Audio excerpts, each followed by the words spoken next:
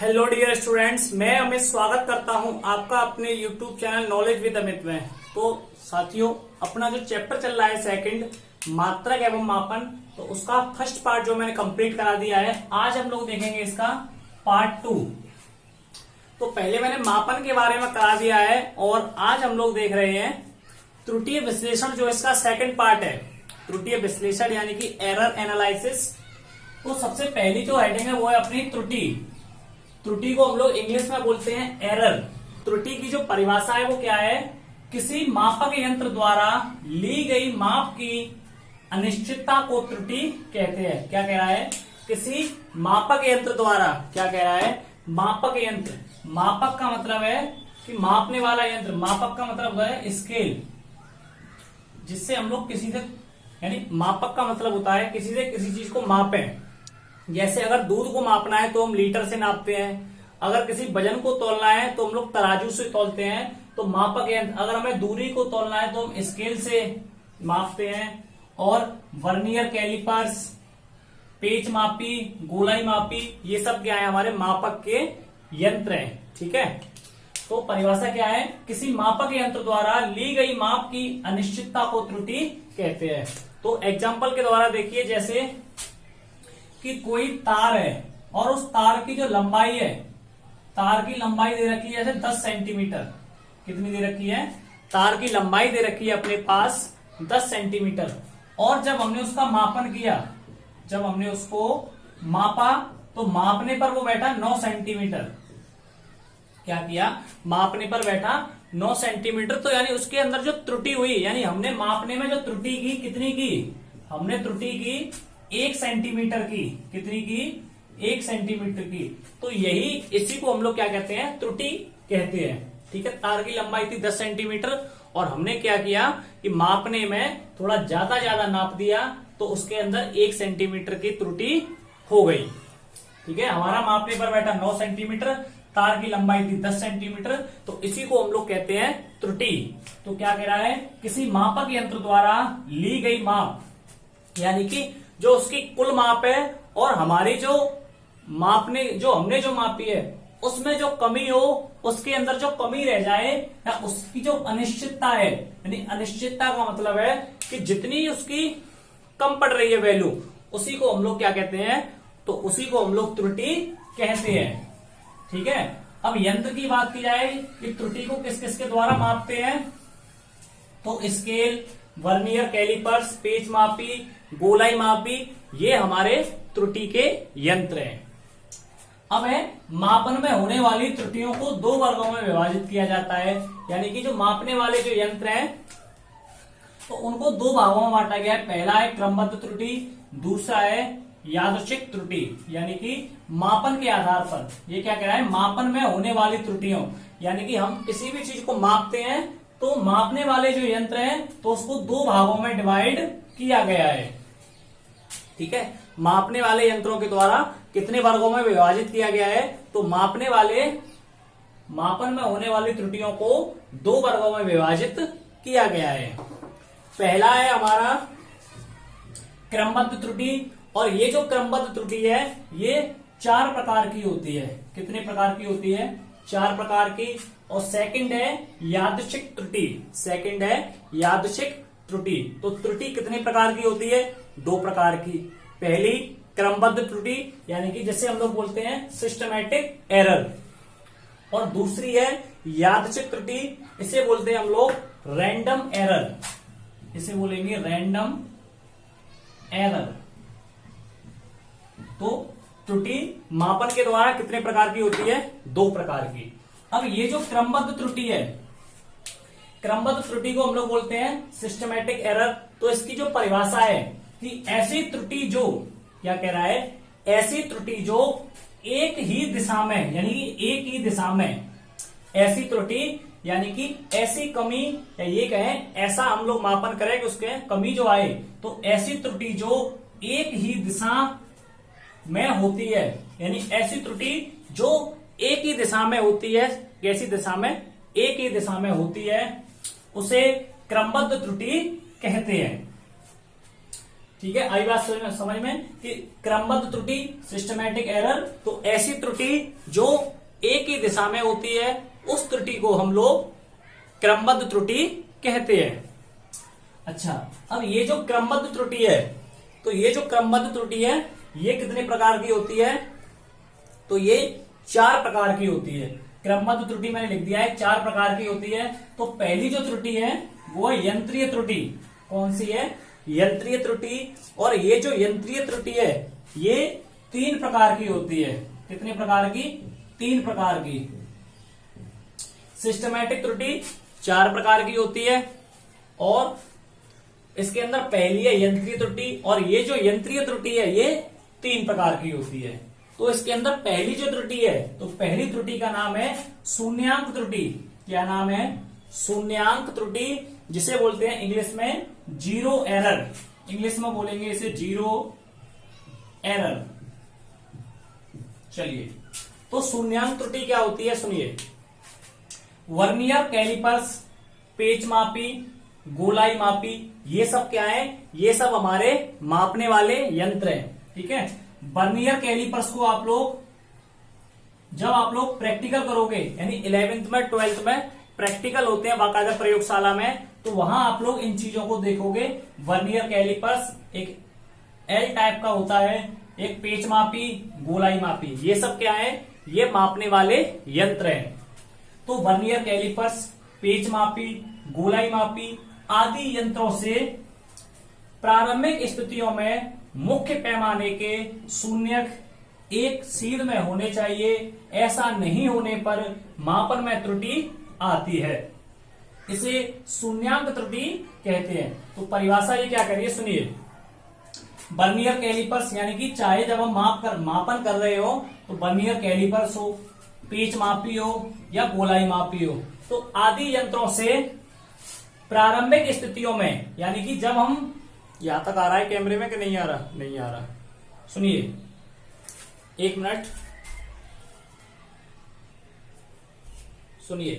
तो जब हम क्या कर रहे हो, वर्नियर कैलिपर्स, पेच मापी या गोलाई मापी आदि यंत्रों से प्रारंभिक स्थितियों में मुख्य पैमाने के शून्य, यानी कि जब हम लोग स्टार्ट करें तो स्टार्ट कहां से करेंगे? कोई भी चीज स्टार्ट करेंगे तो 0, फिर 1 2 3 4। स्केल में क्या होता है कि 0 से स्टार्ट होके 1 सेंटीमीटर, और उस 1 सेंटीमीटर के बीच में 1 mm, 2 mm, 3 mm, ऐसे करके 9 mm होते हैं। और अगला जो 10वां होता है वहां से 1 शुरू, फिर ऐसे इसके बीच में 10 mm, तो फिर 2 सेंटीमीटर, फिर ऐसे ही 3 सेंटीमीटर।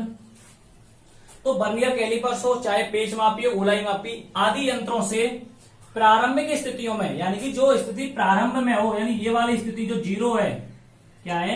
जो 0 है, तो प्रारंभिक स्थितियों में मुख्य पैमाने के शून्य, यानी कि मुख्य पैमाना जो है इसका शून्य, यानी कि स्टार्ट कर रहे हो और स्टार्ट में पहला पॉइंट क्या होता है? 0 से स्टार्ट होती है। कोई भी संख्या अगर हम स्टार्ट करेंगे या कोई भी चीज मापेंगे तो कितने से स्टार्ट होगी? वो 0 से।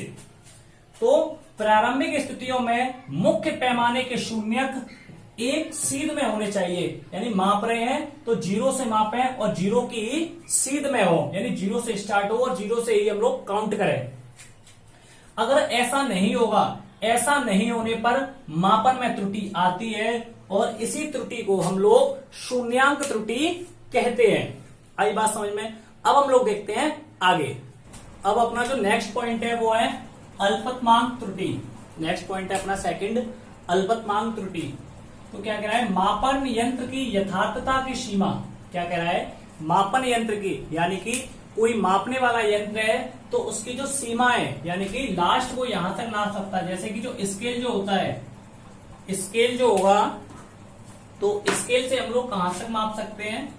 तो जैसे अपना स्केल जो होता है, तो स्केल 0 से शुरू होगा, तो ऐसे 1 2 3 और लास्ट होता है 15 सेंटीमीटर तक। कहां तक होगा स्केल? 15 सेंटीमीटर तक। तो कह रहा है मापन यंत्र की यथार्थता की सीमा के कारण मापन में जो त्रुटि होती है, जैसे कि उसकी जो स्केल की जो लास्ट लिमिट है, स्केल की लिमिट है 15 सेंटीमीटर और हमें नापना है 20 सेंटीमीटर। समझना, 15 सेंटीमीटर उसकी लास्ट लिमिट है और हम लोगों को मापना है 20 सेंटीमीटर। तो हम लोग क्या करेंगे, उसको थोड़ा सा बढ़ा देंगे, या मतलब कम उसकी रेंज होने के कारण, कम रेंज होने के कारण जो त्रुटि उत्पन्न होगी, ठीक है, मापन यंत्र की यथार्थता की सीमा के कारण जो त्रुटि उत्पन्न होगी, उस त्रुटि को हम लोग क्या कहते हैं, उसे अल्पतमांक त्रुटि कहते हैं। ठीक है, जैसे कि हमें मापना है 20 सेंटीमीटर, या ये कहें कि 16 सेंटीमीटर, और हमारे पास जो स्केल है, उस स्केल की जो लिमिट है वो लिमिट है 15 सेंटीमीटर। तो कहीं ना कहीं थोड़ा बहुत मापने में हमें थोड़ा बहुत डिफरेंस आएगा, और वो जो डिफरेंस होगा, उसी डिफरेंस को हम लोग क्या कहेंगे, अल्पतमांक त्रुटि कहेंगे। आई बात समझ में, कि यथार्थता की सीमा के कारण जो त्रुटि उत्पन्न होगी, उस त्रुटि को, उस कमी को हम लोग अल्पतमांक त्रुटि कहते हैं। आई बात समझ में। अब देखते हैं नेक्स्ट हेडिंग, अगली है अचर त्रुटि। नेक्स्ट पॉइंट है अपना अचर त्रुटि। तो यहां क्या कह रहा है, यदि प्रत्येक प्रेक्षण, क्या कह रहा है, यदि प्रत्येक प्रेक्षण, प्रेक्षण का मतलब है कि हम जो लैब में जो प्रैक्टिकल करते हैं, ठीक है, क्या लैब में, लैब यानी कि प्रयोगशाला में, आप लोग 11वीं क्लास में आ गए हो, तो आगे चल के क्या होंगे आप लोगों के प्रैक्टिकल होंगे। तो वो जो प्रैक्टिकल होंगे, ठीक है, तो लैब में जो प्रैक्टिकल होंगे, वो जो प्रयोगशाला होगी, यदि प्रत्येक प्रेक्षण, प्रयोगशाला में हम लोग क्या करेंगे, प्रैक्टिकल करेंगे। ठीक है, अच्छा, आप लोगों का क्या है कि जो फिजिक्स का जो पेपर होगा वो 70 नंबर का होगा। कितने नंबर का, 70 मार्क्स का होगा, और 30 नंबर जो होंगे आपके, 30 नंबर होंगे प्रैक्टिकल के। 30 नंबर किसके होंगे, प्रैक्टिकल के होंगे, जिसके अंदर उन 30 नंबर के अंदर क्या होगा कि 10 नंबर की आपकी फाइल होगी, 10 नंबर की आपकी एक फाइल बनेगी फिजिक्स की, और 10 नंबर का आपका वाइवा होगा। ठीक है, और 10 नंबर का आपका क्या होगा, प्रैक्टिकल होगा। ठीक है, लैब में। तो इस प्रकार से आपके 30 नंबर जो है डिवाइड होते हैं। तो देखिए, तो हम लोग थे, तो यह कह रहा है, यदि प्रत्येक प्रेक्षण, हम लोग लैब के अंदर प्रैक्टिकल करें, तो यदि प्रत्येक प्रेक्षण अपने वास्तविक मान से एक निश्चित अंतर या अनुपात में भिन्न होता है। यहां सब ध्यान से समझना कि हमने कोई प्रैक्टिकल किया, जो हमने प्रैक्टिकल किया, तो उस प्रैक्टिकल पे जैसे दे रखा है कि जब हम लोग प्रैक्टिकल करते हैं, तो प्रैक्टिकल पे दे रहा है कि कोई जो वैल्यू आएगी, जैसे वो वैल्यू आनी है कितनी, 10। ठीक है, 10 वैल्यू आनी है, तो वास्तविक मान से एक निश्चित अंतर, यानी कि थोड़ा अंतर, कि वैल्यू आनी है 10 और हमारी आ रही है 9.8। कितनी आ रही है, 9.8। तो 0.2 की कमी आ रही है, 0.2 की क्या आ रही है, 0.2 की कमी आ रही है। तो वो जो कमी आ रही है, उस कमी को हम लोग क्या कहते हैं, या उस कमी को हम लोग कहेंगे अचर त्रुटि। आप लोगों ने 1-2 चीजें पढ़ी होंगी, अचर संख्या और चर संख्या। ठीक है, तो अचर में बोलते हैं जो गिनती वाली संख्या होती है, उसे हम बोलते हैं अचर, और चर में बोलते हैं XYZ या फिर ABC वाली। ठीक है, ABC की जो वैल्यू होती है, या XYZ में जो वैल्यू होती है, आप लोगों ने जो बीजगणित जो अपनी अलजेब्रा के अंदर पढ़ा होगा, चर संख्या और अचर संख्या। तो वही अचर का मतलब है कि जो गिनती में जो कमी आए, ठीक है, 1 पॉइंट की कमी, 2 की, 5 की, 10 की, तो वो जो कमी आएगी, उस कमी को हम लोग कहते हैं अचर त्रुटि। ठीक है, तो यदि प्रत्येक प्रेक्षण हम कोई प्रैक्टिकल कर रहे हैं लैब के अंदर, उस प्रैक्टिकल में अपने वास्तविक मान से, उसका जो वास्तव में जो मान आना है, जैसे वास्तव में मान उसका 10 आना है, और उस मान से एक निश्चित अंतर, उस मान से क्या है, एक निश्चित अंतर आए। ठीक है, कितना आए, जैसे 0.2 की कमी आए, तो एक निश्चित अंतर या अनुपात में भिन्न होता है, या रेशियो में निकले, यानी कि रेशियो में या तो उसका अनुपात निकाले, तो अनुपात में भी भिन्न का मतलब है कि वहां से जो अलग आता है मान, ठीक है, अलग मान आए, तब मापन में यह त्रुटि अचर त्रुटि कहलाती है। तो इस प्रकार की त्रुटि को हम लोग क्या कहते हैं, अचर त्रुटि कहते हैं। पहली त्रुटि है अल्पतमांक त्रुटि। तो मापन यंत्र की यथार्थता की सीमा, यानी कि यथार्थता की सीमा यानी उसकी जो सीमा है, उस सीमा के कारण मापन में जो त्रुटि होती है, उसे अल्पतमांक त्रुटि कहते हैं। और अचर त्रुटि में क्या है कि वास्तविक मान से यानी कि प्रेक्षण लेते समय वास्तविक मान से एक निश्चित अंतर में या अनुपात में इसका मान अलग आता है, उसी मान को हम लोग या उसी को हम लोग मापन में त्रुटि कहते हैं। ठीक है, मापन में त्रुटि या अचर त्रुटि कहते हैं। अब देखते हैं, अब ये जो हमारा जो पहला वाला जो पॉइंट था यंत्रीय त्रुटि, ठीक है, तो यंत्रीय त्रुटि के अंदर 4 पॉइंट है, अपना 4 पॉइंट थे। पहला शून्यांक, अल्पतमांक, अचर त्रुटि और प्रायोगिक त्रुटि। अब हम लोग देखते हैं, अब जो सेकंड पॉइंट जो है अपना अब है प्रायोगिक त्रुटि। तो प्रायोगिक त्रुटि में क्या कह रहा है, प्रेक्षण लेते समय यानी कि हम लोग कोई प्रैक्टिकल कर रहे हैं तो उसकी वैल्यू को ऑब्जर्व कर रहे हैं, उस वैल्यू को हम लोग लिख रहे हैं। तो प्रैक्टिकल यानी प्रेक्षण लेते समय उचित प्रायोगिक तकनीक यानी कि वो जो हम लोग टेक्निक जो ले रहे हैं तो उस टेक्निक से यानी कि उचित प्रायोगिक तकनीक ना अपनाने के कारण यानी कि उचित टेक्निक यानी कि उचित टेक्निक ना अपनाने के कारण जो त्रुटि होती है उसे प्रायोगिक त्रुटि कहते हैं। अब जैसे क्या है कि हम लोग किसी स्केल से कोई वैल्यू माप रहे हैं, ठीक है, ये स्केल हो गया। अब स्केल से अगर हम लोग सीधे माप रहे हैं तो जैसे क्या होता है कि यहाँ 1 2 3 4 5 6 7 8 9 10 समझना ध्यान से कि कोई ऐसे करके रेखा है तो हमने यहाँ स्केल से वैल्यू जैसे यहाँ तक 5 सेंटीमीटर हो रहा है। अगर हमने डायरेक्ट ऊपर से देख रहे हैं, अगर हम लोग ऊपर से देख रहे हैं तो ऐसा लग रहा है कि पूरा फिक्स है यानी कि पूरा है। अगर हम लोग ऐसे साइड से देखें, अगर इस तरफ से देखें, इस तरफ से ऐसा लगेगा कि वैल्यू 5.2 पे है, मतलब ज्यादा है, ठीक है। और अगर इस साइड से देखें, अगर हम लोग इस साइड से देखेंगे तो ऐसा लगेगा कि वो वैल्यू कम है यानी कि 4.8 है। तो इस प्रकार की जो त्रुटि होती है, इस त्रुटि को हम लोग कहते हैं प्रायोगिक त्रुटि। आई बात समझ में कि प्रेक्षण लेते समय उचित प्रायोगिक तकनीक यानी कि अच्छी टेक्निक ना होने के कारण ये हमारी कौन सी कमी रहेगी, ये हमारी टेक्निकल कमी रहेगी कि हम लोग जो है अच्छी तरह से ध्यान नहीं दे रहे हैं, ठीक है। तो इस प्रकार की जो त्रुटि होती है, इस त्रुटि को हम लोग कहते हैं प्रायोगिक त्रुटि, ठीक है। ये हमारे प्रैक्टिकल करने में कमी आ रही है तो इस त्रुटि, ये वाली जो त्रुटि कहलाएगी, ये बच्चा त्रुटि कहलाएगी प्रायोगिक त्रुटि। अब नेक्स्ट त्रुटि है अपनी बाह्य कारकों के कारण त्रुटि। बाह्य कारकों के कारण त्रुटि, तो इसमें क्या होगा, यदि त्रुटि प्रेक्षण लेते समय बाह्य परिस्थितियां जैसे कि हम कोई जो है कोई प्रेक्षण कर रहे हैं तो वहां त्रुटि माप रहे हैं, तो बाह्य परिस्थितियां यानी कि बाहर की जो परिस्थितियां हैं, जैसे यानी प्रैक्टिकल ले रहे हैं तो ताप में कमी आए या दाब में यानी प्रेशर में कमी आए, वायु का वेग हो यानी हवा ज्यादा बहे, या आर्द्रता हो यानी कि नमी हो, तो आदि में परिवर्तन के कारण उत्पन्न होती है। तो यानी कि परिवर्तन के कारण जो त्रुटि उत्पन्न होगी यानी कि ताप के कारण, दाब के कारण, वायु वेग के कारण, आर्द्रता के कारण, इस प्रकार की यानी मौसम में परिवर्तन के कारण जो त्रुटि उत्पन्न होगी, तो इस प्रकार की त्रुटि को हम लोग कहते हैं बाह्य कारकों के कारण त्रुटि, ठीक है। अच्छा, अब अगली जो त्रुटि है, लास्ट त्रुटि है अपनी व्यक्तिगत त्रुटि। नेक्स्ट है व्यक्तिगत त्रुटि। यहां से इस त्रुटि के बाद अपनी क्रमबद्ध त्रुटि जो है यानी कि सिस्टमैटिक एरर जो कंप्लीट हो जाएगी। फिर सेकंड रह जाएगी अपनी यादृच्छिक त्रुटि। तो सुनिए, व्यक्तिगत त्रुटि क्या होगी, यह त्रुटि प्रेक्षक के सही ढंग से प्रेक्षण ना लेने से।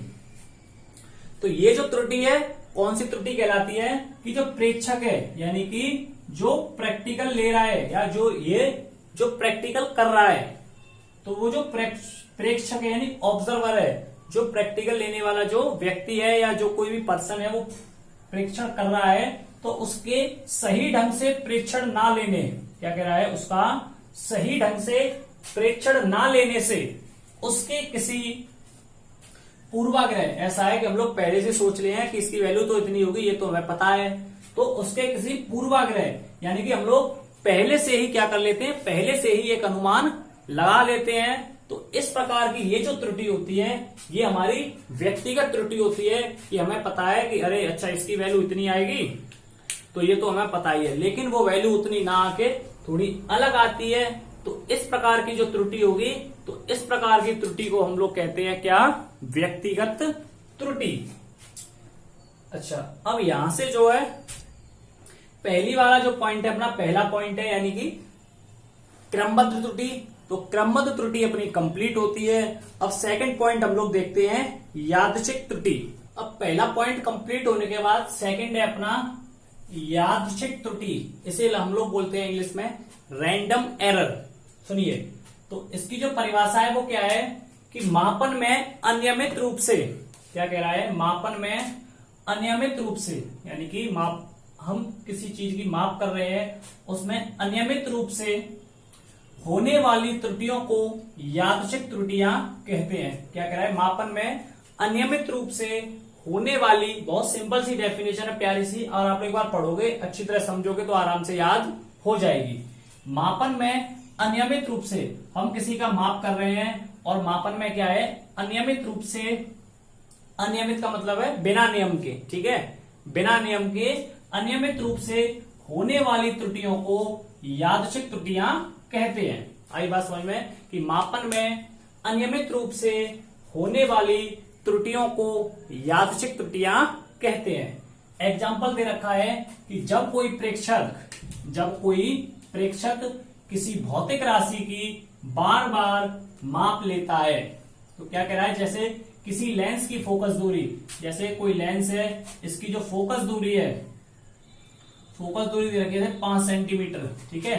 तो फोकस दूरी हम लोग निकाल रहे हैं, तो निकालने में दे रखी है वो दूरी 5 सेंटीमीटर, लेकिन हम लोग ले रहे हैं 4.8। हम बार बार माप कर रहे हैं तो हमारी आ रही है 4.8 सेंटीमीटर। तो इस प्रकार की ये जो माप होती है, तो इस प्रकार की जो कमी होगी, तो इस प्रकार की कमी को हम लोग क्या कहेंगे? यादृच्छिक त्रुटि कहते हैं। तो आज की वीडियो को हम लोग यहीं पे समाप्त करते हैं। आगे का अभी एक और इसकी जो है अभी थोड़ा सा पार्ट और रह गया है, तो उसको हम लोग आगे की वीडियो में कंप्लीट करेंगे। अगर आप लोगों को ये वीडियो अच्छी लग रही हो तो आप लोग हमारे चैनल को जरूर सब्सक्राइब करें और हमारी वीडियो को अपने दोस्तों के पास शेयर करें। जय हिंद, जय भारत।